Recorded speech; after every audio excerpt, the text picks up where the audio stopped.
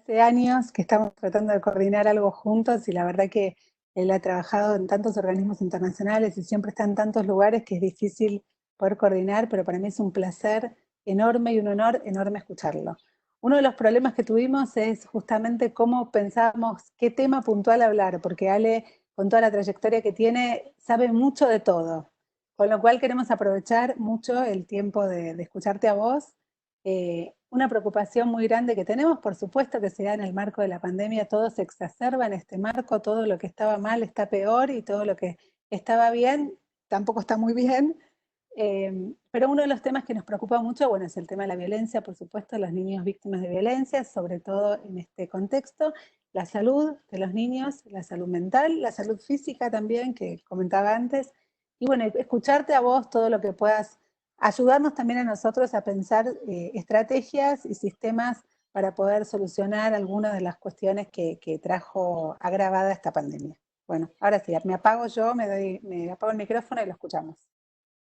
Bueno, muchas gracias por la invitación. Me alegra que pudimos hacer. Espero que una de las cosas que nos deje esto de la pandemia como una cosa positiva es el hecho de poder usar un poco más, de usar más todas estas herramientas de comunicación, que por lo menos es una de las ventajas que nos da y que nos permite estar más comunicados y más cercanos, sin siempre la necesidad de viajar, tomar aviones y contaminar un poquito más. Sobre todo para los que les toca a veces viajar demasiado, pero también esto da como una opción, no es la misma que la cercanía, pero sí da una opción de conversar, de hablar, de conectarse y demás. A ver, yo básicamente una primera línea de análisis que me parece que puede marcar un poco lo que hablemos hoy es, yo creo que hay tres momentos en esto, o tres fotos para mirar. Una es la prepandemia, la otra es la pandemia en sí mismo, es el ahora, y la tercera es un post-pandemia. Y digo esto porque cuando empezó el tema de los primeros contagios o de las primeras noticias y aparecían algunos famosos y parecía que esto afectaba a primeros ministros, a actores y a personas comunes, parecía que esta era una pandemia que igualaba, digo, afectaba a todos. Eh, en cambio, otras pandemias más focalizadas en ciertos lugares, como ébola y demás, parecía que afectaba a ciertos países, ciertas zonas, por ejemplo, ciertas zonas de África y demás. Esto parecía que era una pandemia que igualaba. Rápidamente nos dimos cuenta que no, porque si bien es cierto que se puede contagiar cualquiera, porque el virus no distingue por situaciones socioeconómicas ni por prestigio, no, pero sin embargo, lo que sí vemos que las posibilidades de salir bien de la infección o las medidas que son necesarias tomar para reducir la transmisión no afectan a todos por igual.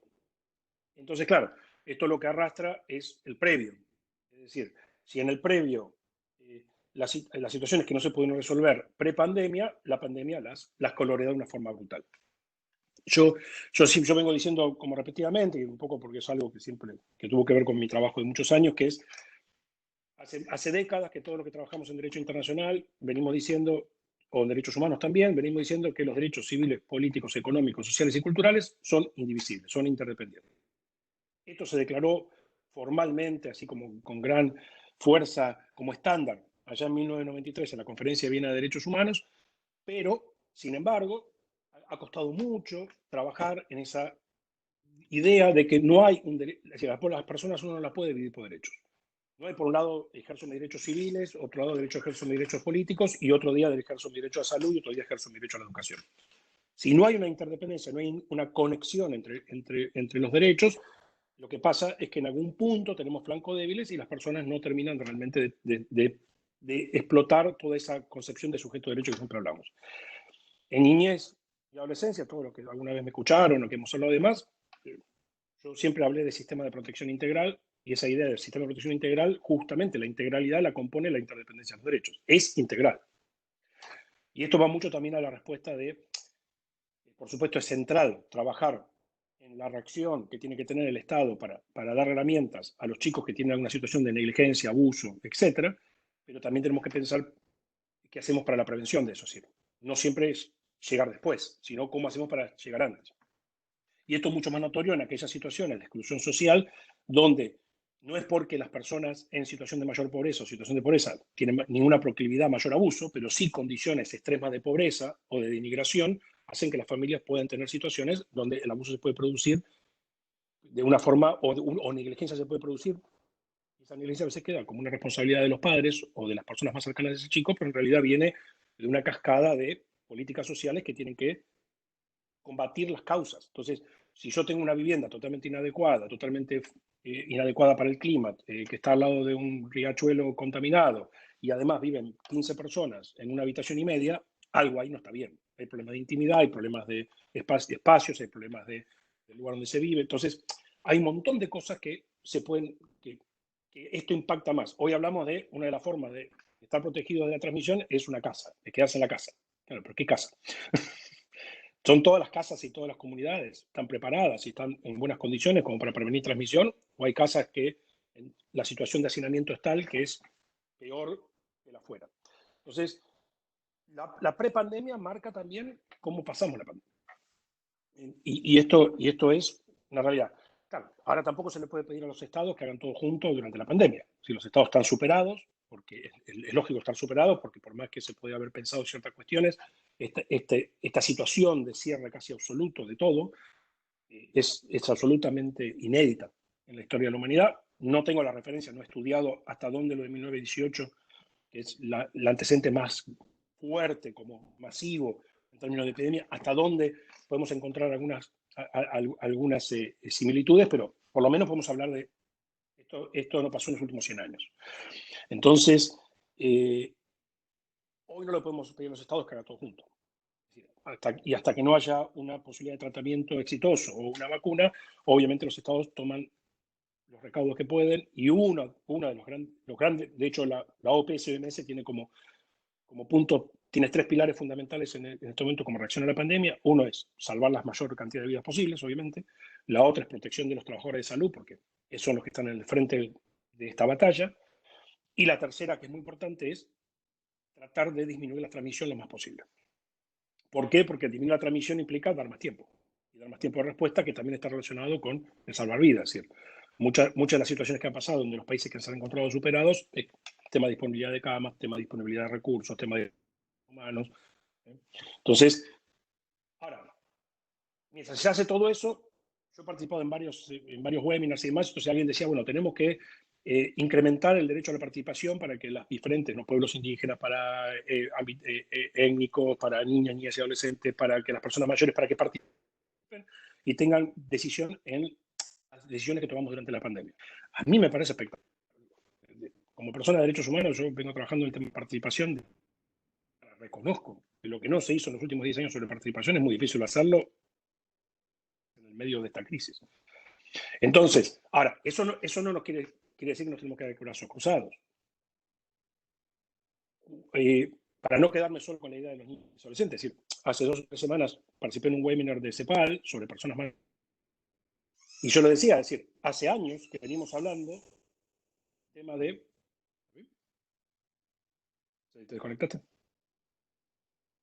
¿Querés que te ayude a conectarte? Ok. Pero un minuto, este mijo que está acá, si ustedes me dan un segundo, estoy cumpliendo doble función y de padre, y mi hijo se acaba de quedar, se le desconectó en la clase online y se lo conecto y bueno, denme Muy bien. Un segundo. Muy bien. Perfecto. Se le fue todo entero. Yo digo, esta es la realidad de todos, ¿no? O sea, a todas las tareas cotidianas, al trabajo se nos sumen las tareas cotidianas y todos hacemos malabares para que se callen, pobres los chicos. ¿Qué hiciste para eso?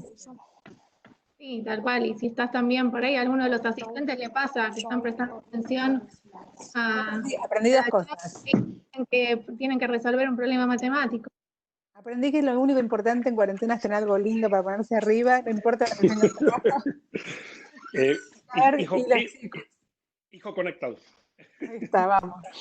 Entonces, yo lo que decía es, por ejemplo, estábamos hablando, se decían cosas, tratemos de no hablar de social distance, o distancia social, hablaremos de distancia física, cómo trabajamos con el tema de que las personas mayores, además del tema de los asilos de ancianos, diferentes formas geriátricos y demás, ¿Cómo hacemos para que no se queden aislados cuando están en las casas? Porque justamente como pueden tener mayores consecuencias en su salud si se contagian. Claro, entonces hay el tema de Internet. Entonces, la Convención Interamericana de Personas Mayores, que todavía no ha tenido la suficiente ratificación por parte de los países de la región, específicamente tiene todo un área que habla de la autonomía, de proveer Internet a muy bajo costo, o subsidiado gratuitamente, de tener cursos para que las personas mayores puedan fácilmente con su familia, con otros pares, inclusive aquellos que tienen problemas de movilidad, que puedan usar Internet como un medio de comunicación, sí, que puedan participar online y presencialmente en políticas públicas y demás. Si todo eso hubiera hoy es mucho más fácil. ¿Cómo hago yo ahora para hacerle llegar más barato? Enseñarle el hardware y todo. Ahora se conecte. Claro, entonces ahora está 2 meses aislado, porque obviamente es mucho el riesgo que se corre con una persona de más de 65, 70, 75 años si se transmite el virus. Entonces la sensación de aislamiento social es muy alto para este grupo de personas. Y los afecta emocionalmente y mentalmente, porque ¿cómo hace para conectarse en su sede? ¿Cómo hace para comunicarse más allá del teléfono? Entonces, todo aquello que no se hizo previamente, en materia de participación, en mecanismos y demás, va a afectar exacerbadamente. Por eso digo, hay un pre, hay un durante y hay un post. El post es, ya sabemos que esto es posible y ya sabemos hasta dónde nos puede afectar, incluso en materia, ¿no? Que a veces son argumentos que afectan más en las decisiones. Bueno, para una posible segunda ola de esto, o para la pandemia que sea en el futuro, que ojalá que no la tengamos, pero que ya sabemos que puede pasar, sepamos que no es un tema solamente de derecho, no es solamente un tema de lo que las personas necesitan, sino también es un tema de que si estamos mejor preparados, quizás no necesitamos cerrarnos tanto, no necesitamos impactar tanto en la actividad de las personas, y esto nos provoca también la posibilidad de respuesta más acertada y menos inequitativa. Acá viene la versión 4 años, que esta es la más chiquita. Entonces, ¿qué? No, ahora no, pues estoy dando una conferencia, ¿ok? ¿Estás un ratito? Entonces, acá te llamo. Hablando de personas, mi hija de 4 años que me pide que le llame por WhatsApp a mi mamá que vive en Argentina y que está ahí aislada y le hace bien que mi hija la llame. Entonces, la llama y hablan. Entonces, digo, este tipo de cuestiones son, ahora, fíjense, por ejemplo, esta situación que se acaba de dar, es una situación, aún con sus cuestiones, me doy la conferencia, tengo que atender a mi hija, atiendo a mi hijo, pero es una situación privilegiada. Mi hijo tiene una computadora, además de la que yo estoy usando para comunicarme. Mi hija puede usar un smartphone y mi mamá también tiene un teléfono por el cual puede dialogar o verse en video por WhatsApp. Mi mamá se siente menos aislada. Mi hija son situaciones bastante privilegiadas porque estaba esta posibilidad dentro de esta casa, pero digo, mucha gente no tiene esta posibilidad. No la tiene por su situación económica, no la tiene por su situación previa, y acá hay cuestiones también intergeneracionales grandes, de chicos en sí mismos, que hacen otra vez, inclusive los espacios físicos. Yo puedo estar acá hablando de esto, y más allá que entran o salen, pero yo estoy aislado, está tomando la clase online, entonces no nos estamos cruzando. Cuando una familia tiene 3, 4 chicos, hay 4 clases online al mismo tiempo, aun cuando le dimos las computadoras. Y además, el papá y la mamá tienen que trabajar. Esto es así imposible. Y otra vez, volvemos a los temas de vivienda, de los hábitos adecuados y demás. Entonces, digo que creo que hay en términos de equidad y en términos de derechos sociales, fíjense que, volviendo a la idea original, esto es algo que empieza por la afectación del derecho a la salud, que aparece un virus que es muy difícil controlarlo, tiene una alta tasa de transmisión, no tenemos un tratamiento todavía disponible. A partir de eso hay que tomar medidas que están previstas en el derecho internacional, que son las restricciones en términos, por ejemplo, de movilidad y de libertad de movimiento. Para los que son abogados que están escuchando, los principios de Siracusa, que de alguna forma son los que reglamentan en materia de restricción de derechos lo que viene a ser el Pacto de Derechos Civiles y Políticos, explícitamente dice que se puede, en casos de emergencia de salud o de grave amenaza de salud a la población, se pueden restringir ciertos derechos, por supuesto en forma racional, proporcional, duración limitada y siguiendo los lineamientos del Reglamento Sanitario Internacional de la Organización Mundial de la Salud. Entonces, esto puede hacerse, pero tenemos de un derecho que está afectado y que hay que protegerlo, que es la transmisión y hacer que sea lo menos letal posible para aquellos que se infectan. Tenemos que restringir derechos civiles, sobre todo la libertad de movimiento. Esa restricción impacta en todos los otros derechos sociales y económicos. El tema del trabajo, el tema del ingreso, el tema de la educación, el tema del que se ocurra. Es decir, del tema de la alimentación, el tema de poder proveerse, el tema depende de la situación, del tema de las viviendas, o si es el lugar adecuado o no adecuado, o si son personas institucionalizadas, etcétera, etcétera.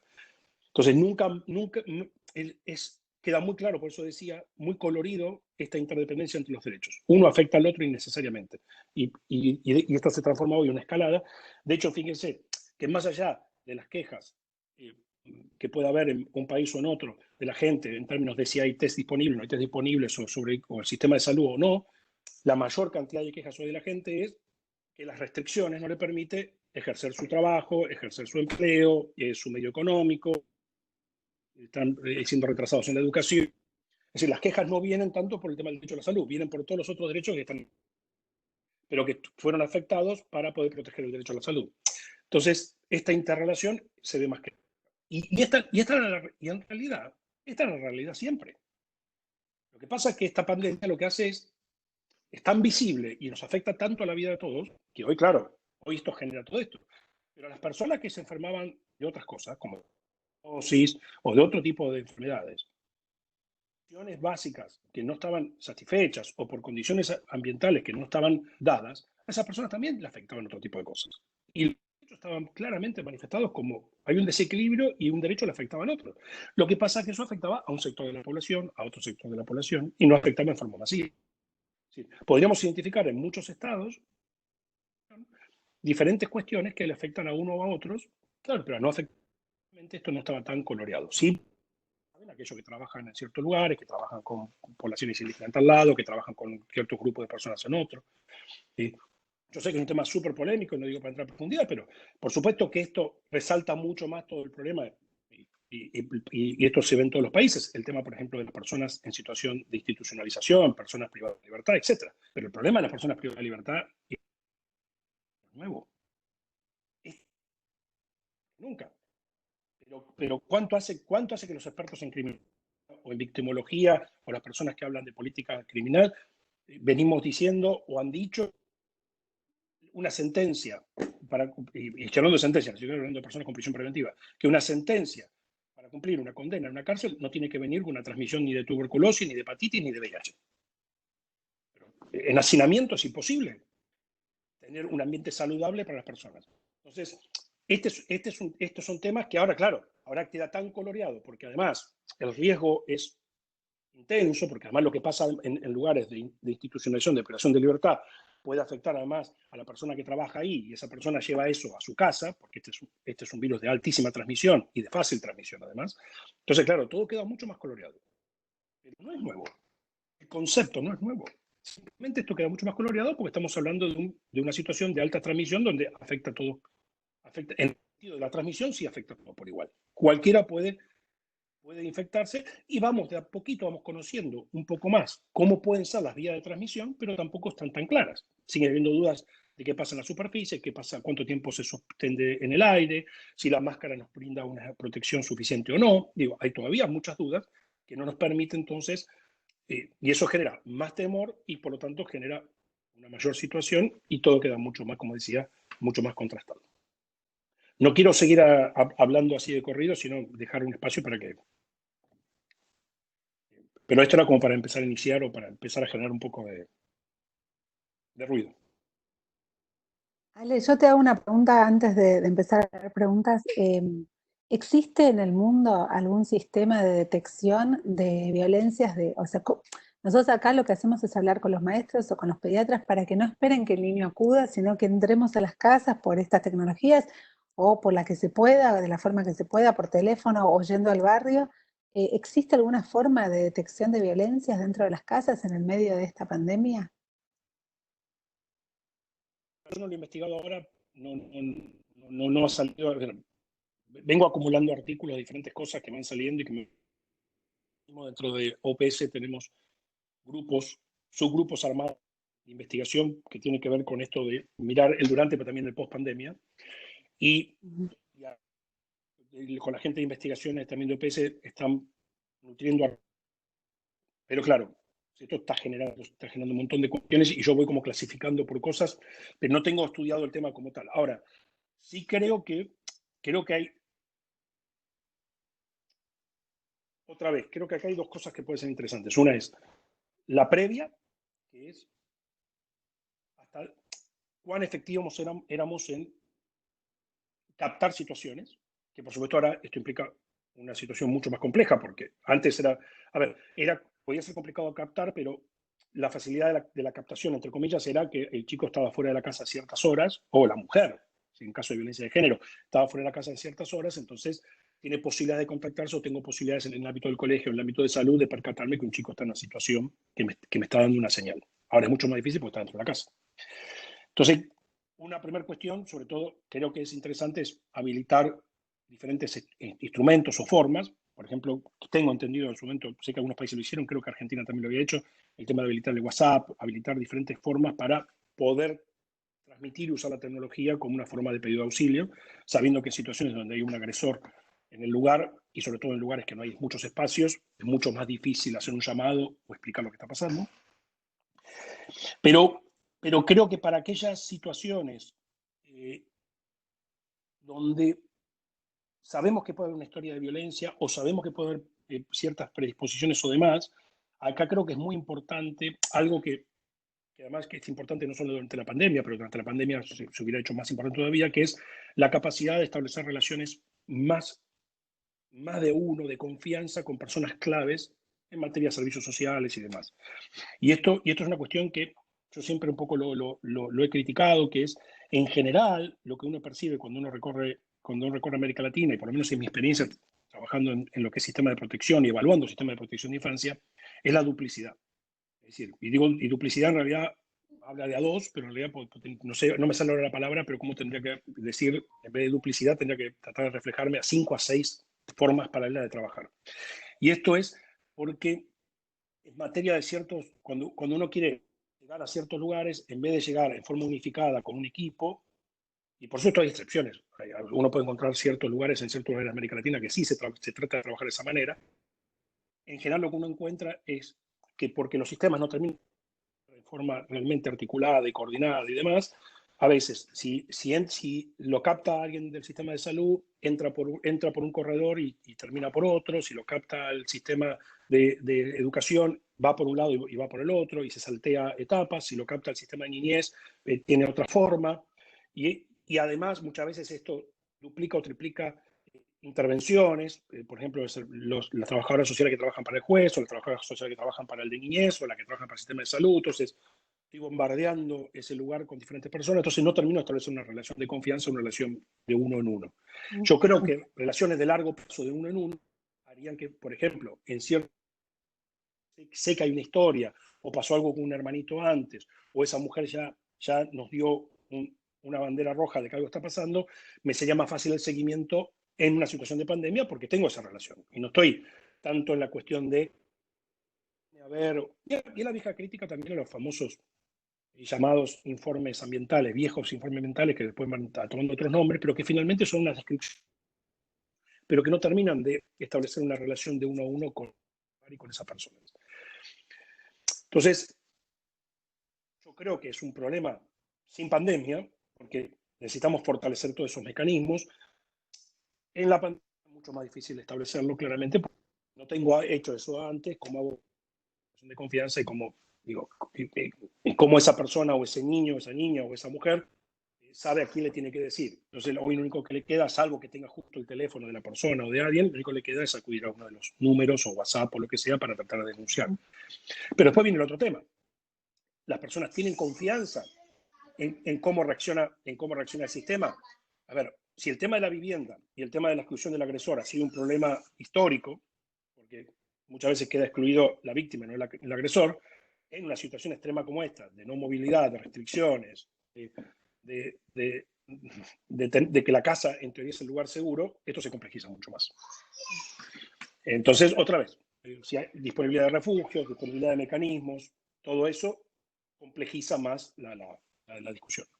Sí, una de las cosas que siempre decimos es que cuando un niño es víctima de violencia o sucede alguna cuestión, hemos contado la cantidad de organismos que participan en la vida de él, son 16, y aún así pasan años hasta tomar una decisión. Y otra cosa que vos decías que no están, pero sí, pero el chico no 16. Si los 16 claro, participan, porque cada uno aporta de su presupuesto y aporta su programa y todos se coordinan, y el chico vea una sola cara, o un equipo, pero un equipo que le es familiar, que le es amigable, que le tiene confianza, si el que le da está ayudando con la beca escolar o con el que está ayudando con mejorar la casa o mudarse a otra casa o lo que sea, se llama de una manera o se llama de otra. Porque al chico no le tiene que importar. Y este es el enfoque del sujeto de derecho en un sistema. La familia o el chico no tiene que notar, no tiene que enterarse de cómo se llaman los programas, de cómo se postulan los programas. Todo eso no le importa. Lo que importa es cómo todo eso abreva y gira alrededor del sujeto de derechos para hacerle fácil la respuesta. Y son los profesionales los que tienen que ver, a partir de lo que ve y de lo que está pasando, qué programas serían los mejores y más adecuados para restituir derechos en esa situación. Pero claro, si el chico o la familia ve a 16 personas dando vueltas, eso no construye confianza, eso destruye confianza. tiré off porque había un mosquito justo. No debería haber un mosquito ahí. No debería haber un mosquito, sobre todo cuando hizo tanta sospecha de dengue. Sí. Bueno, coincido absolutamente. Creo que, bueno, yo el otro día me contaron un caso y el nene me decía, yo ya lo hablé con el juez, también lo hablé con el defensor, pero el abogado del niño decía, bueno, conocen más personas que... Otra cosa que vos dijiste es, no afecta a todos por igual. Solo quiero reflexionar en esto. Todos los chicos internados por COVID en este hospital que estamos, todos son hijos de médicos. Y a mí me parece que es importante que esto se sepa también, porque hay también una especie de discriminación que sí hace este virus, que sí afecta a una persona, a personas determinadas que no tienen posibilidad de cuidarse. Por eso de verdad creo que el esfuerzo tiene que ser de todos por ellos también, ¿no? Porque ellos no tienen la posibilidad de irse de la casa de sus padres. Totalmente. Hay algunas preguntas. Si quieren voy leyendo. ¿Conoce algún sistema de protección integral que para la atención de un niño víctima de violencia logre una adecuada y eficiente articulación de todos los subsistemas? Salud, educación, protección. A ver, esa sería una discusión larga que necesitaríamos más que un webinar, porque yo no soy muy favorable a decir este funciona de esta manera, este funciona, porque hay lugares, hay cosas específicamente a nivel local y en ciertos países que tienen funcionamientos interesantes, pero en términos generales, en materia del sistema de protección integral de infancia, todavía hay mucho para andar, y además ha pasado también en países que han avanzado en un sentido, después han tenido retrocesos por cambio de mirada, de gobierno, políticas, etcétera, etcétera.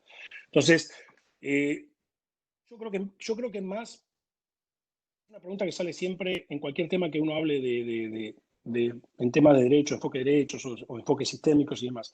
Yo creo que más que enfocarnos en qué países lo están haciendo bien o mal, preguntarnos qué elementos tiene que tener una respuesta dentro de lo que es el país o el lugar que se trate para que el lugar esté adecuado. Y además, adecuada al lugar y a las respuestas. Acá no se trata, yo creo que esto es una historia que ya está bastante... No se trata de decir, mirá cómo que bien que lo hizo Brasil en o mirá que bien el Estatuto de Crianza, o mirá que bien que funcionó el Consejo Federal de tal, o cómo funcionó en su momento el Consejo de El Salvador cuando de alguna forma replicó el tema de Brasil, o mirá Costa Rica, qué cosa interesante hizo con tal.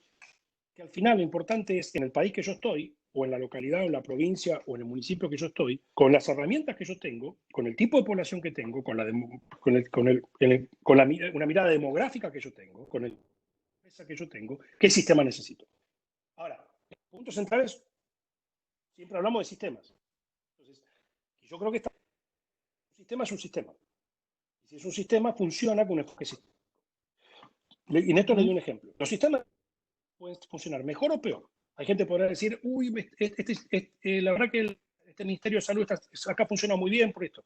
Pero lo que es raro, lo que es raro, aún un sistema de salud que mal o que tiene muchos problemas, lo que es raro es que no funcione como sistema.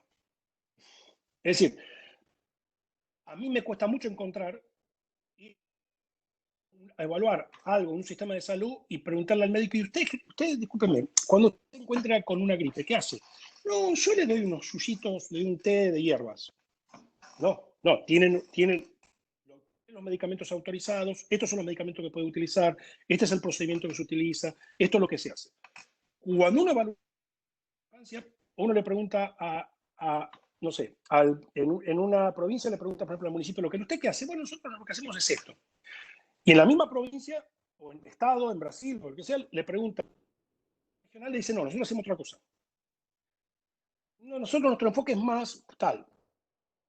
Un sistema funciona en forma sistémica y tiene una mirada, y tiene una visión, y tiene protocolos autorizados, y tiene protocolos de funcionamiento. Improvisa todo el tiempo. Y lo que yo siento que en el ámbito de infancia hay mucha improvisación y mucho esfuerzo, y las mejores cosas salen por un enorme esfuerzo de los trabajadores y por toda la gente que está apasionada por el tema. Pero creo que todavía a nivel de enfoque, a nivel de América Latina, todavía tenemos bastante para mejorar. Y además sigue habiendo muchas diferencias entre cómo se enfoca esto. Si lo trata en el ámbito de infancia, si lo trata en el ámbito de salud, si lo trata en el ámbito educativo. Por ejemplo, hay países que yo he hecho trabajo de evaluaciones donde si yo voy a la autoridad de infancia me dicen, no, nosotros nunca involucramos a la policía, nosotros respondemos de esta manera. Y voy al ámbito de educación y me dicen, lo primero que hacemos es llamamos a la policía. Y estamos hablando en la misma jurisdicción, en el mismo lugar. Entonces, ¿cómo puede haber dos respuestas diferentes? Esto es como que en el sistema de salud, el hospital central diga, nosotros damos tal medicamento y el servicio de salud de la comunidad dice, no, nosotros medicamentos no usamos. Esto no existe. Entonces, un sistema puede ser mejor o peor, puede funcionar peor o mejor, pero primero hay que preguntarse si es un sistema. Si es un sistema y funciona con un enfoque sistémico, pero está equivocado o está errado o tiene que reorientarse, bueno, entonces tenemos que trabajar en la reorientación. Pero yo lo que siento en general, estoy generalizando, por supuesto, es que el primer problema que tenemos es que lo llamamos sistema de protección integral, sistema de garantía, le ponemos todos estos nombres muy rimbombantes en los códigos, en las legislaciones, pero todavía no funciona realmente. Estoy generalizando, porque si nos ponemos a escarbar, hay cuestiones que vienen funcionando bien, hay lugares que parcialmente funcionando bien, pero digo, no es un enfoque sistémico en el estricto de la palabra. Y otro tema es darle a las autoridades de infancia más protagónico en materia de infancia. Es decir, porque este es un problema central, siendo hábitos residuales del Estado. Es decir, si ustedes se fijan en la historia de los programas de transferencias condicionadas o no condicionadas social, en las más importantes, y que es uno de los ámbitos de mayor inversión que han tenido los países en los últimos años, en la mayoría se han diseñado sin consultar a las autoridades de infancia. Y esos programas van destinados. Entonces, el problema es que aún cuando hablamos de protección, de cambio de paradigma y demás, es que las autoridades de infancia se dedican a los chicos en situación de calle, a los chicos en situación de maltrato, y el resto, los chicos en general, van para otro tipo de política. Entonces, las autoridades de infancia tienen que recuperar un lugar más privilegiado. Y esto no quiere decir que las autoridades de infancia se dedican pasan a ser Ministerio de Educación, pasan a ser Ministerio de Salud, no, pero sí tienen que tener una política más apropiada, más adecuada, para que infancia realmente sea una prioridad, y no un ámbito más apartado de discusión, porque este es el punto. Muchos tienen autonomía, muchos tienen cierta independencia, inclusive financiera, pero se sientan o no en la silla de las grandes discusiones. La silla de las grandes discusiones sigue siendo un tema lateral. ¿Y vos has visto en algún país del mundo, no hace falta que me digas que cuál, ¿no? Pero que sí, que las personas que están en los organismos de protección de infancia están sentados en esas mesas de grandes discusiones? Mejor lo vi, pero queda un poco lejos, y me sorprendió mucho, fue en Estonia. Bueno, hay que irse a Estonia para... Pero de verdad me sorprendió mucho, sí. Me llamaron una vez, cuando vivía en España, me llamaron una vez para hacer una evaluación, y en un momento me dio vergüenza, pues los miré y le dije, ¿de verdad quieren que los evalúe? Sí. El nivel de inversión per cápita, el nivel de inclusión, el nivel, por supuesto, ojo, un país que la pasó muy mal porque hay todo un tema político, ¿no? Es república digo, pero que lo que ha crecido en términos económicos, en términos de un montón de cuestiones, y además en términos de inclusión social muy importante, y en términos de discusión muy importante, y además, realmente, cuando yo me senté a ver las discusiones, me sorprendí la figura. Sí, yo estoy acostumbrado a que muchas veces cuando mis contrapartes en una discusión, sobre todo cuando iba con UNICEF o como consultor independiente, mis contrapartes generalmente no eran los que tomaban las grandes decisiones. Claro. Me encontré ahí con los principales ministros, y yo no era más que un consultor invitado por un país de un nivel técnico alto, pero un nivel político bajo en materia de decisión. Y me encontré con algo totalmente diferente.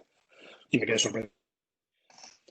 Me ha Hay lugares, pero no sistemáticamente.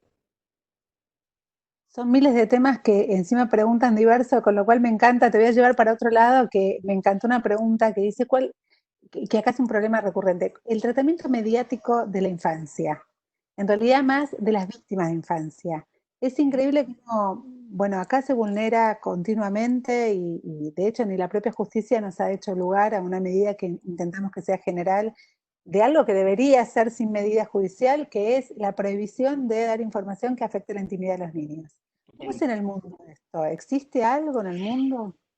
No, a ver, en general eso es muy complejo. A ver, en la mayoría de los países la legislación dice y habla de protección de infancia y que no se puede revelar la información, el nombre y apellido y demás. El problema pasa con lo que pasa en muchos países es que la forma en que se revela información contextual termina identificando indirectamente. El otro problema es la estigmatización. Es decir, el proceso de amarillismo en los medios de comunicación es absolutamente global y entonces la predeterminación o la estigmatización o la decisión previa a que una persona es culpable de algo o no es culpable de algo, más allá de si tuvo un juicio o no tuvo un juicio, es una cosa que está totalmente universalizada. Entonces, el tratamiento mediático precede a las decisiones sobre si una persona hizo algo o no algo, sobre todo en materia de relación de delitos y demás. Hay otro aspecto que es importante, que quizás se trata menos, pero en nosotros en OPS es una agenda muy fuerte, que es el aspecto de la relación el Estado, industria, infancia. Y esto es un tema muy importante porque es el tema va relacionado con el tema de obesidad infantil, con el tema de prevención de consumo de alcohol y con el tema de tabaco. Es decir, hay algunos países que han progresado en esta materia y han incorporado en sus leyes de medios el tema de la prohibición de marketing o publicidad que induce al consumo de alimentos de mala calidad. Bueno, por ejemplo, OPS tiene nosotros tenemos todo un programa muy fuerte en materia de rotulado, que es con rótulos muy claros y con negros y oscuros y muy claros, que solo sabiendo los rótulos y la inicial se sabe en qué es alto ese alimento. Y Chile, por ejemplo, ha progresado, que es una medida espectacular.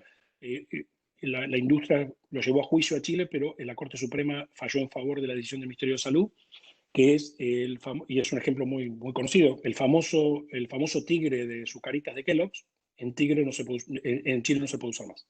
Es decir, los chicos la idea es que no haya propaganda para chicos destinada directamente a los chicos, que no haya promociones como, por ejemplo, los muñequitos de los viejos chocolates Jack, ¿se acuerdan? No sé si esto sigue existiendo, pero eso me denota mi edad. Sí, bueno, los famosos muñequitos de los chocolates Jack, premios. Si te compras la cajita de no sé cosa o el alfajor no sé qué cosa, te ganas no sé qué, te ganas el muñequito tal. Es decir, todo lo que acuda a propaganda que hace que el chico tome una decisión por marca para consumir un alimento que no tiene capacidad alimentaria, tiene un altísimo nivel de azúcar, grasas y demás, y todo el tema sobre todo para la juventud, de relación de eventos deportivos con alcohol, o el cigarrillo es donde más se ha avanzado, claramente, ¿no? Es decir, donde hoy se ve menos, pero en alcohol no. Es decir, vemos en muchos países que los principales equipos de fútbol llevan propaganda de alcohol, vemos por ejemplo, que eventos deportivos de alta convocatoria como la Champions League en Europa, Heineken es uno de los principales sponsors. Todo el tema de las propagandas en los canales infantiles de alimentos relacionados con juguetes para que el chico le pida a los padres consumir tal cosa, porque lo que quieren en realidad es el juguete, pero eso hace que aparece eso en la casa y el chico consume eso en vez de consumir otra cosa. Etiquetas que mienten porque dicen cosas que no son reales y en realidad son altos en azúcares, grasas, etc. Y eso es también una parte del tema de medios, porque el tema es limitar ese tipo de marketing y publicidad y limitarlo de dos bandas. Por un lado, regular a la industria, pero también regular a los medios de comunicación para que no puedan.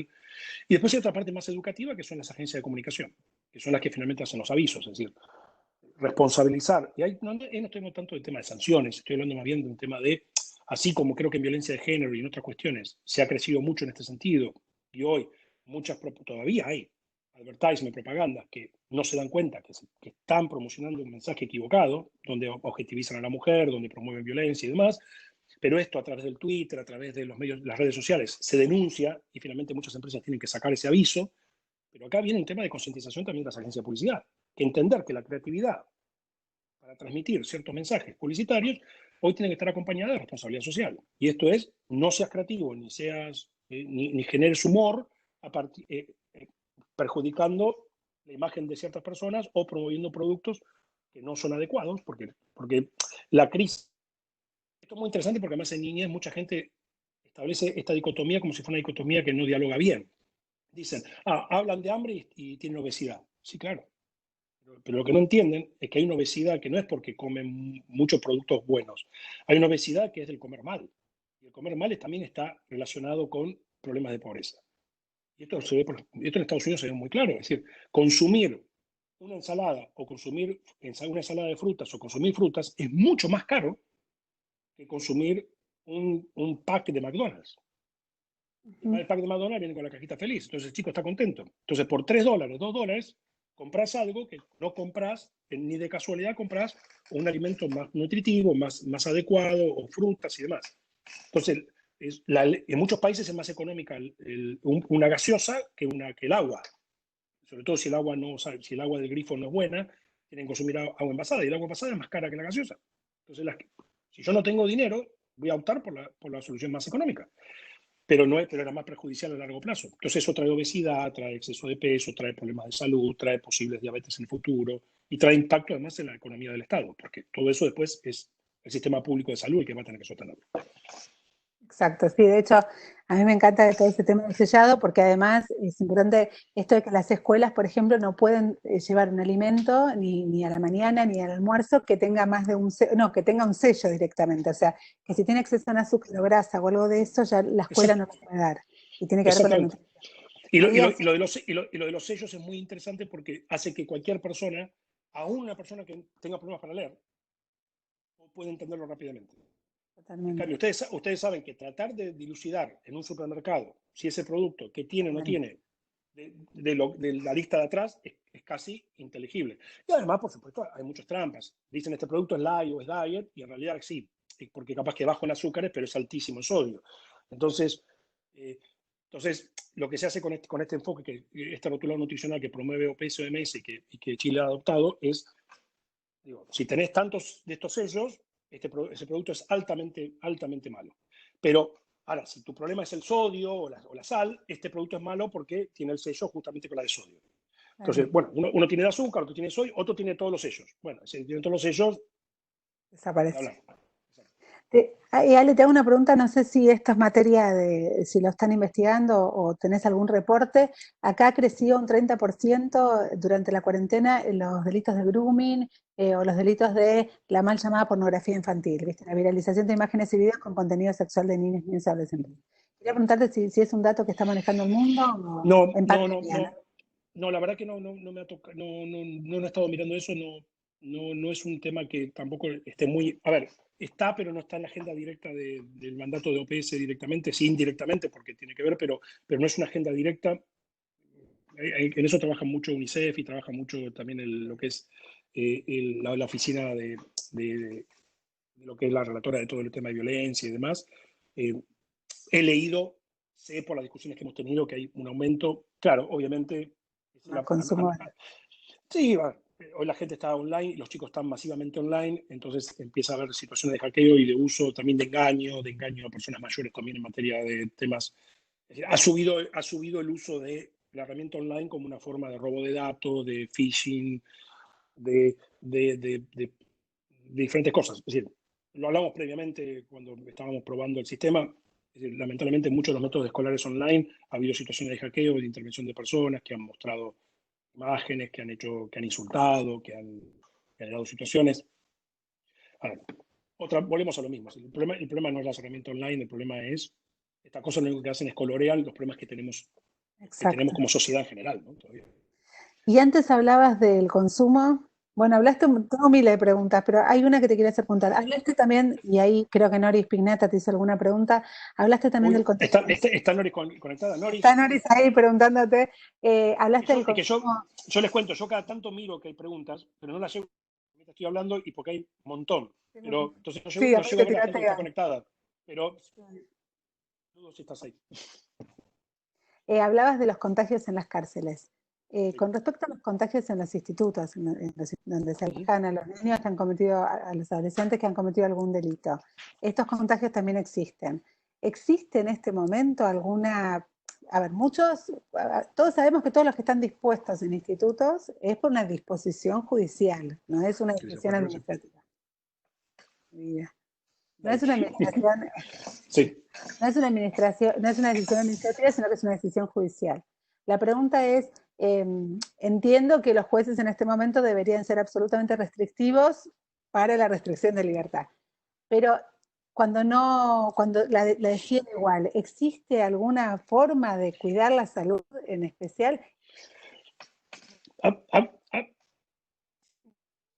A ver, ahí se te trabó el... ¿Sí? Bueno, empiezo a contestar lo que le estaba preguntando a Yael, porque creo que se le fue la conexión, o por lo menos se le frizó. A ver, la libertad, sea por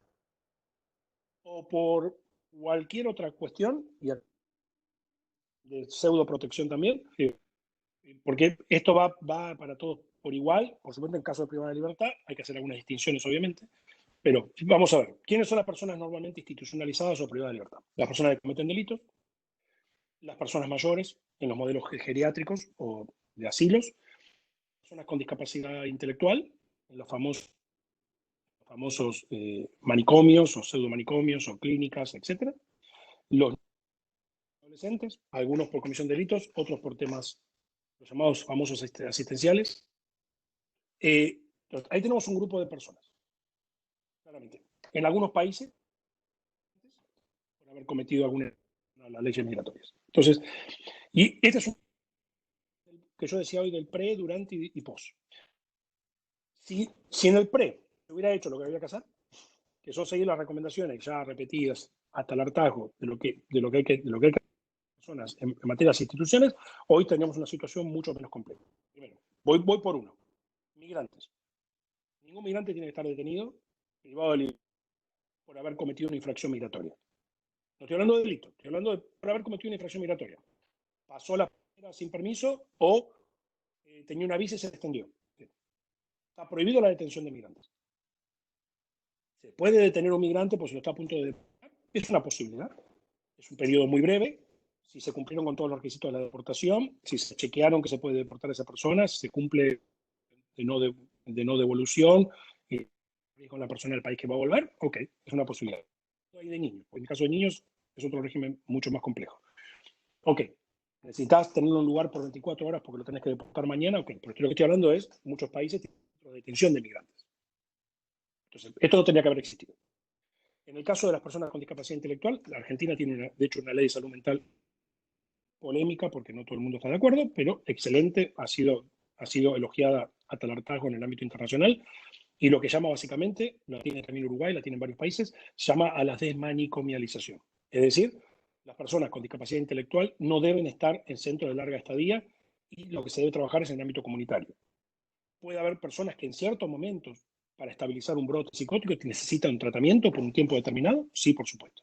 Ahora, si la mayoría de las personas no tienen que estar, no están, y solo están las que tienen que estar por un tiempo determinado, ya de por hecho lo que tenés son instituciones que tienen poca gente.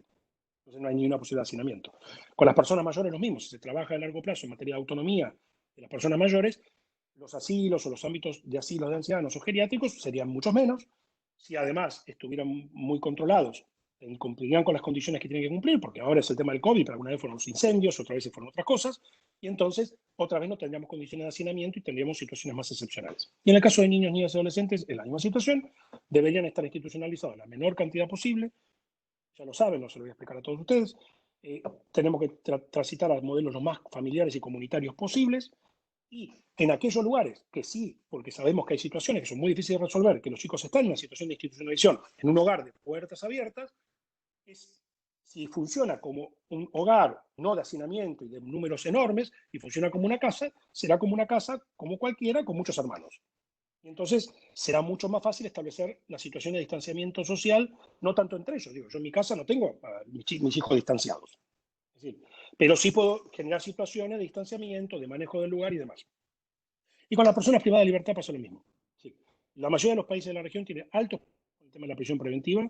Sí, yo entiendo que la gente se enoja mucho cuando se habla de prisión de libertad, pero también hay que entender que más del 70% de la población carcelaria no tiene condena. Yo no sé si el 70% cometió o no cometió el delito, pero para algo existe la presunción de inocencia. Entonces, el primer problema es la mayoría de las personas que habitan en el ámbito carcelario no tienen condena, por lo tanto no sabemos si cometió el delito porque no se determinó si se cometió el delito. Segundo, hay un tema con los delitos leves y con los delitos contra la propiedad.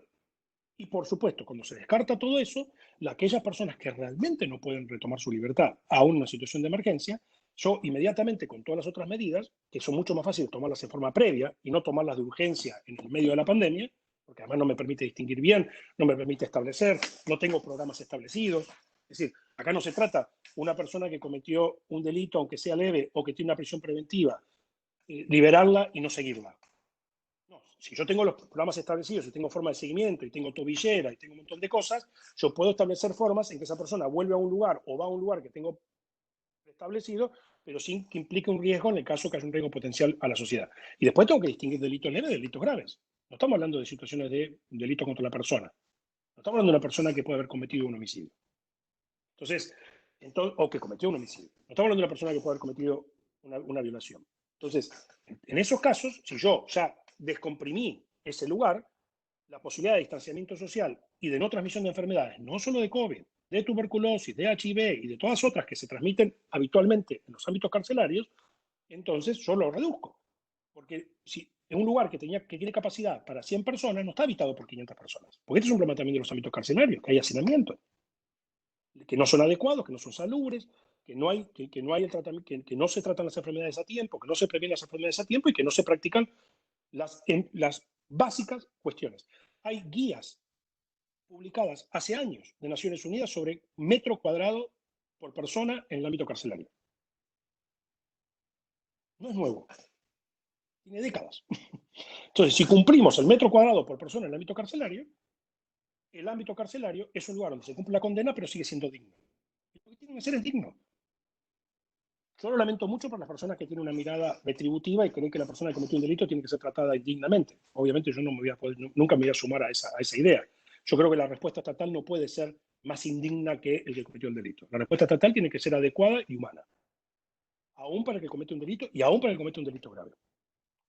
Entonces, si tiene que cumplir una condena de los años que sea, que la cumpla, pero que la cumpla en el marco de una respuesta digna de parte del Estado. Todo lo que no se hizo previamente, obviamente, ahora se encuentra en una situación mucho, mucho más compleja. Si las personas están hacinadas, están hacinadas. Y en hacinamiento, la práctica de la distancia social es absolutamente imposible. Pero insisto, acuérdense que este problema de la transmisión de enfermedades en el ámbito carcelario no es nuevo. Hace años que las personas en el ámbito carcelario o que ir a la cárcel significa también contagiarse de otras cosas. Y parece que es como un accesorio a la condena que la tenemos naturalizada, que está aceptada. Entonces... Hay una pregunta, acá hay una pregunta, Ale, ves que te llevo y te traigo a veces, Sí, pero sí, son preguntas. Hay una pregunta sí, que no es exacto lo que te están preguntando, pero fue una inquietud de la semana pasada, que es, ¿cómo se utiliza la justicia restaurativa en aquellos conflictos en los cuales el infractor es el niño? En realidad quería preguntarte, ¿qué pensás de la mediación entre el niño infractor y la víctima? Yo creo que todas las medidas que permitan... esta es una discusión de largo plazo. A ver, parece que siempre cuando uno es un opositor, eso sabe todo el mundo, un opositor histórico a la baja de edad de imputabilidad. Y las razones sobran.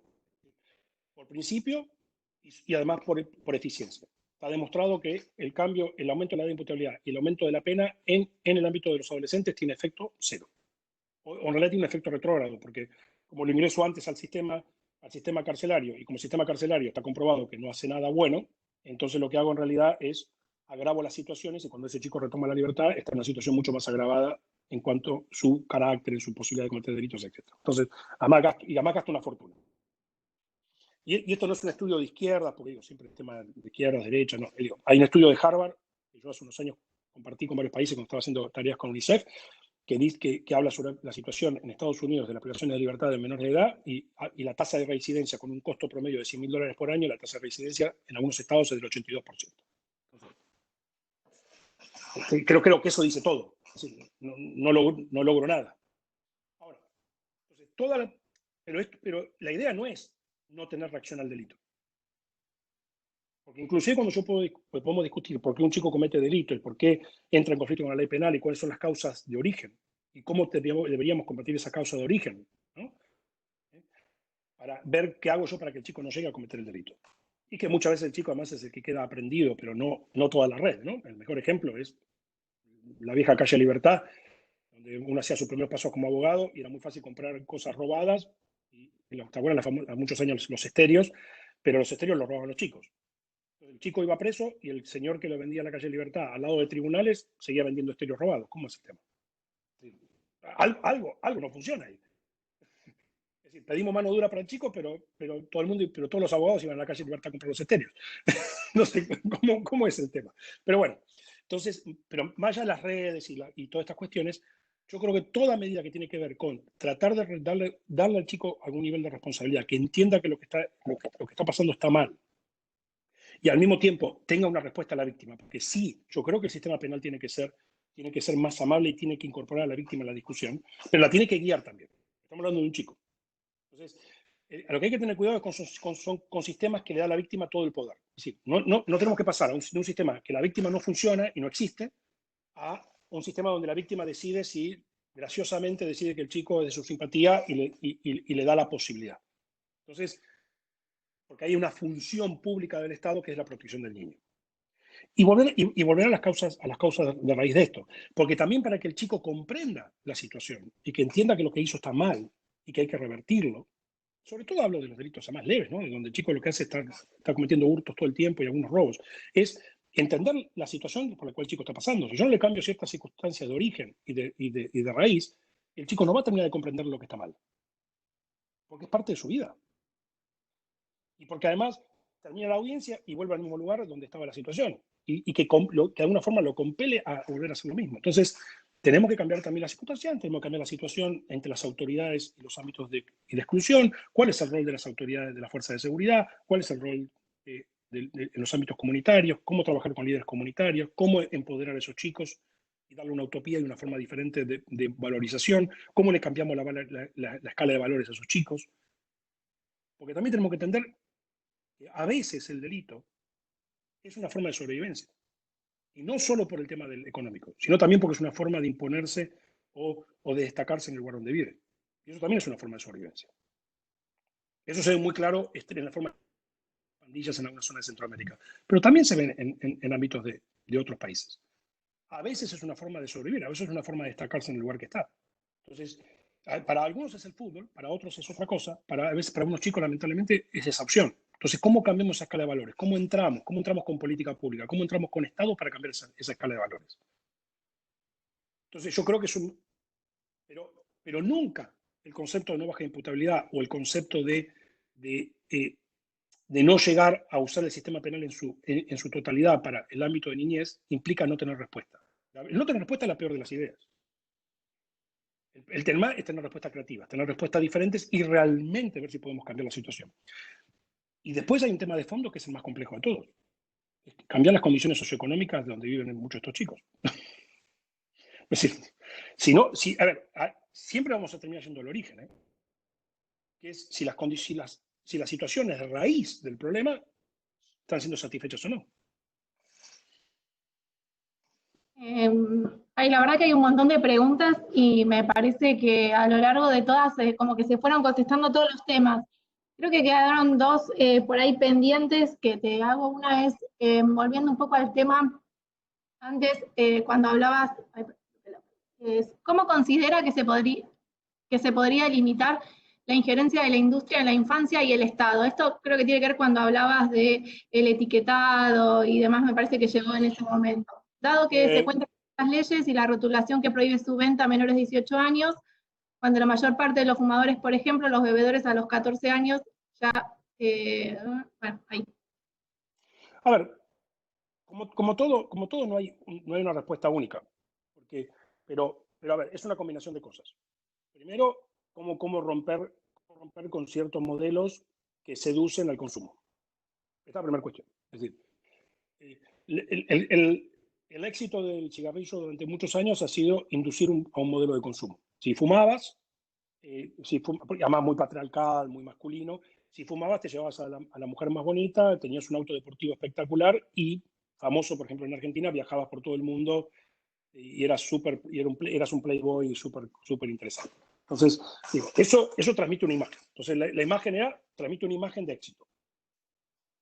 Si te compras tales zapatillas, vas a saltar como Michael Jordan. Transmitís una imagen de éxito. Si bebés cerveza, sos cool. Transmitís una imagen de éxito. Entonces, por empezar, tenemos que romper con las imágenes de éxito. Hoy, yo creo que más allá de todas las cosas que todavía falta, porque sigue habiendo mucho consumo, pero creo que uno de los temas del cigarrillo es que el cigarrillo dejó de ser una imagen de éxito. Una imagen de personas muriéndose de frío afuera de un... porque no puede fumar adentro, entonces se muere de fumar y ya no es una imagen cool que fuma y que se sienta en un sillón y demás. Entonces, primero, romper con imagen. Segundo, fíjense que es muy interesante todo el tema de los vaporizadores. Trataron de transmitir una imagen del cigarrillo con el vaporizador, más allá de que sigue siendo tan dañinos a las... Pero lo que era es una reinvención del branding. Entonces, primero tenemos que romper y esta lógica de éxito tanto en la... Es decir, si comes este cereal azucarado, vas a ser muy fuerte y vas a hacer un gol. Imagen de éxito. Otra vez. Y además te vamos a regalar imagen de éxito. Entonces, primero romper con todo eso. Eso es marketing puro. El marketing es muy inteligente, sabe cómo apelar a nuestros puntos débiles y todos tenemos puntos débiles. Todos, aún el más rebelde al consumismo, consume algo que lo atrae por algo. Y mucha parte del consumo no está porque me gustó, está porque algo me atrae de esa forma de consumo. Entonces, rompamos primero el sistema. Después, legislación regulatoria. Esto los estados lo pueden hacer perfectamente. Es decir, parte del cumplimiento de los tratados internacionales, los estándares, por ejemplo, en materia de Comisión de los Derechos del Niño. El Comité de los Derechos del Niño tiene una observación general sobre la regulación de la industria para el cumplimiento de los derechos del niño, que creo que es del 2016, si no recuerdo mal, o era 16, pero tiene unos años, es bastante nueva. Y claramente marca los estándares en esta materia. Ya tenemos algunos estándares internacionales como el Código de Sucedáneos de la Leche Materna, que ha sido toda una lucha muy interesante con los hospitales amigos de la infancia por todo el esfuerzo de la industria para que las madres no amamanten, cuando está claro y está totalmente investigado que no hay nada mejor que la posibilidad de amamantar, más allá de las dificultades que pueden tener algunas madres, esto con el tema del trabajo. Pero el intento de la industria en cierto momento de la vida de las personas de reemplazar la leche materna con fórmulas infantiles, que además eran caras, era un marketing que mentía, porque además decía que era la misma calidad que la leche materna, lo cual es una absoluta falsedad. Lo mismo pasa con el convenio marco sobre tabaco, que es parte de lo que se ha regulado todo el tema de la industria. Entonces, primera cuestión es romper con todo eso. La segunda es, bueno, los países, cuando ratifican un tratado internacional como la Convención de los Derechos Niños, tienen tres obligaciones.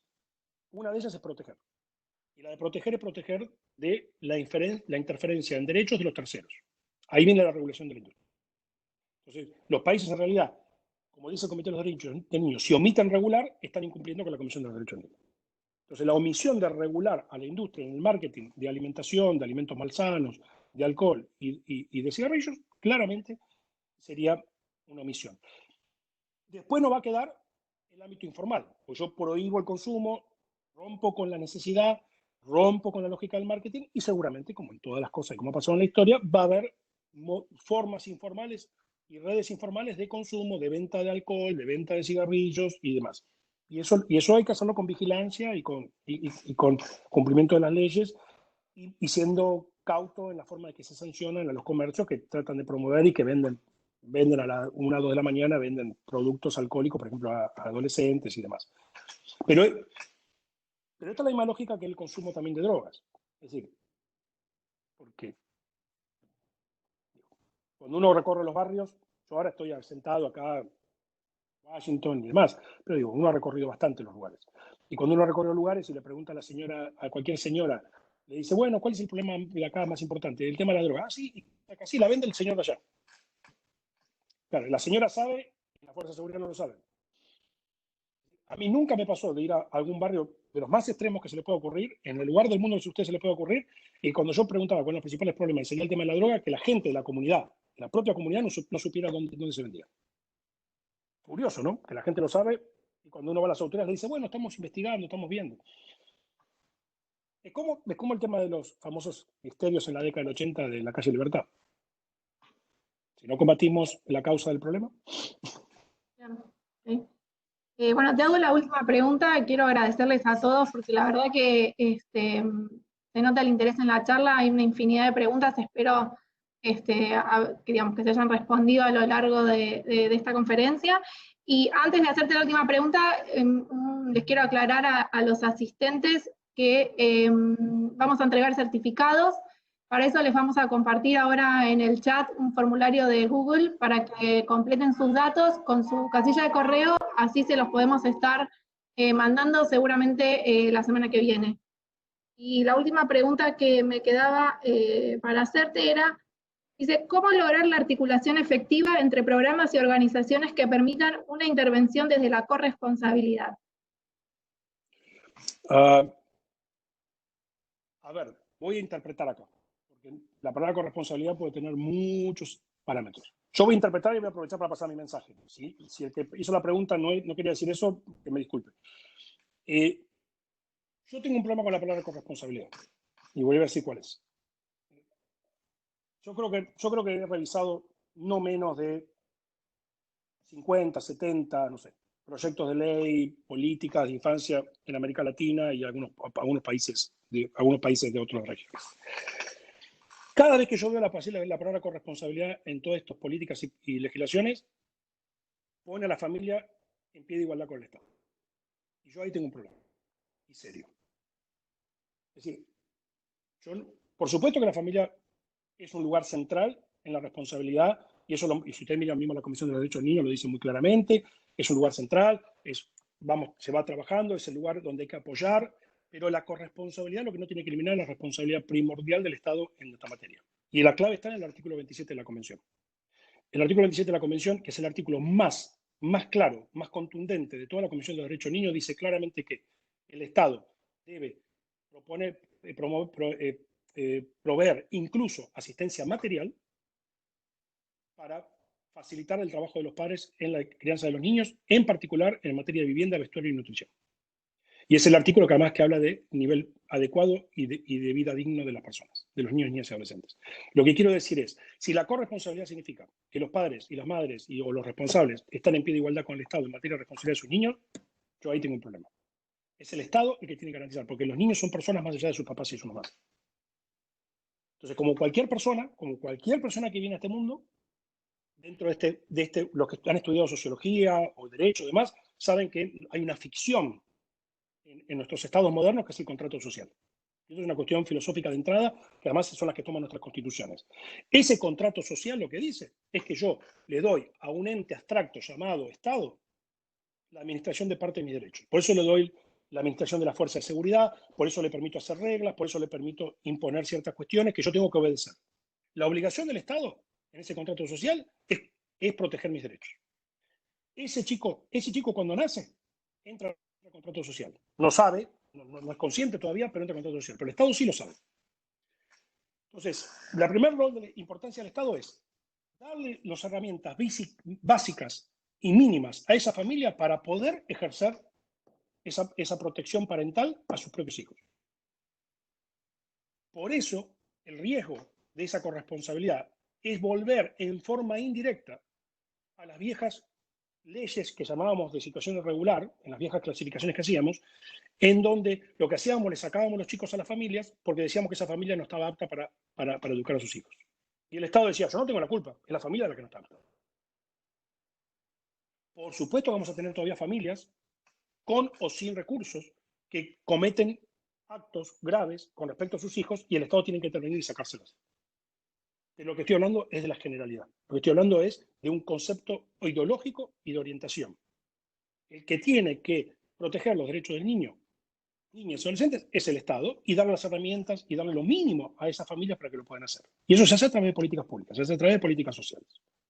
Les recuerdo, parece ya, hacía mucho que no lo hacía, pero en Argentina lo he hecho siempre porque se conoce cuando daba mis viejas clases de criminología y niñez y todo eso, que era famoso cuando Leopoldo Lugones hijo, en un libro llamado La Menoría, que esta señora la conoció por muchas cosas, ¿no? Entre otras cosas, se le asigna la creación de la picana, entre otras cosas. Pero bueno, pero este libro de la menoría, que se llamaba Menoría, no Minoría, Menoría, que fue publicado por la editorial Policial. Este señor, cuando elogiaba la vieja ley Agote, lo que decía era que la gran virtud de la ley de Agote era que le daba una opción rápida al Estado para sacarle los hijos sin ningún tipo de debido proceso, que era una pérdida de tiempo, a las familias corrompidas, inútiles y sucias que venían de Europa. Y eso era la crítica que tenía en ese momento las generaciones más ilustradas, terratenientes de la Argentina, en relación a los pobres que venían escapándose, sobre todo de Italia y de España, que escapándose de las guerras mundiales y de la hambruna en Europa. Entonces, lo que quiero decir con eso es, ojo con la corresponsabilidad, porque no sea que volvamos a los viejos modelos indirectamente de pensar que las familias son las culpables de todos. Ahora, si la corresponsabilidad está aclarada con otro principio, que es lo que yo suelo sugerir cuando reviso esas legislaciones, que dice que más allá de la corresponsabilidad, el Estado es el responsable primordial y subsidiario de todos los derechos de niños, niñas y adolescentes, en ese caso concilia perfectamente.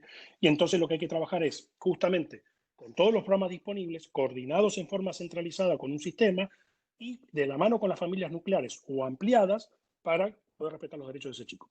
Entonces, ahí estamos de acuerdo. Por eso digo, no sé si fue la intención de la pregunta, pero por la duda aclaro los dos ángulos de esa pregunta. Bueno, Ale, un placer escucharte, un honor. La verdad que a mí me alegraste mi estadía en este hospital, pero además nos enseñás un montón. Yo soy una de las que tengo que aprender de vos, sobre todo en esto de la corresponsabilidad y en todo lo que hablaste.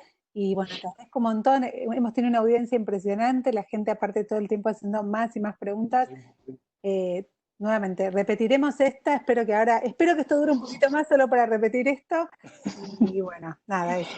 No, primero, gracias por la invitación y les pido disculpas yo cada tanto me habrán visto que hago así con el dedo porque trato de ver las preguntas, que son un montón, y no las llego a leer porque algunas son muy largas o comentarios. Dale, es la edad.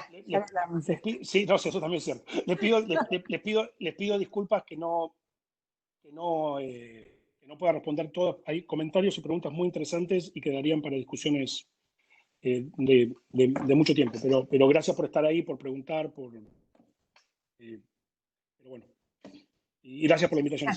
Y gracias a tus hijos, que se la bancaron. Y gracias por estar ahí a pesar de la situación particular, pero me alegro que estén bien, que no sea nada. Gracias, muchas gracias. Lau, no sé si querés decir algo. Yo quiero una cosita, bueno, muchas gracias a los dos. Avisarles, comentarles a todos que este es un ciclo de conferencias, esta es la primera, la próxima la tenemos el 1 de junio a las 15 horas por esta misma plataforma. Vamos a conversar con Luis Pedernera, presidente del Comité de los Derechos del Niño de Naciones Unidas. Desde su experiencia y su rol como presidente del comité, vamos a hablar sobre violencia intrafamiliar y los conflictos y problemáticas detrás del encierro que están enfrentando muchos niños, niñas y adolescentes durante este contexto particular de aislamiento. Con lo cual, digamos, les va a llegar invitación por mail, pero también los invito a que sigan en las redes a la doctora Bendel, y @Yael o el Ministerio Público Tutelar, para poder enterarse de las próximas convocatorias. Y muchísimas gracias a los dos. Y dejo unos minutos más abierta la plataforma por si alguien no pudo descargarse el link del formulario. Muchísimas gracias. Gracias, Ale, un beso. Beso grande. Chau. Chau, chau. Gracias.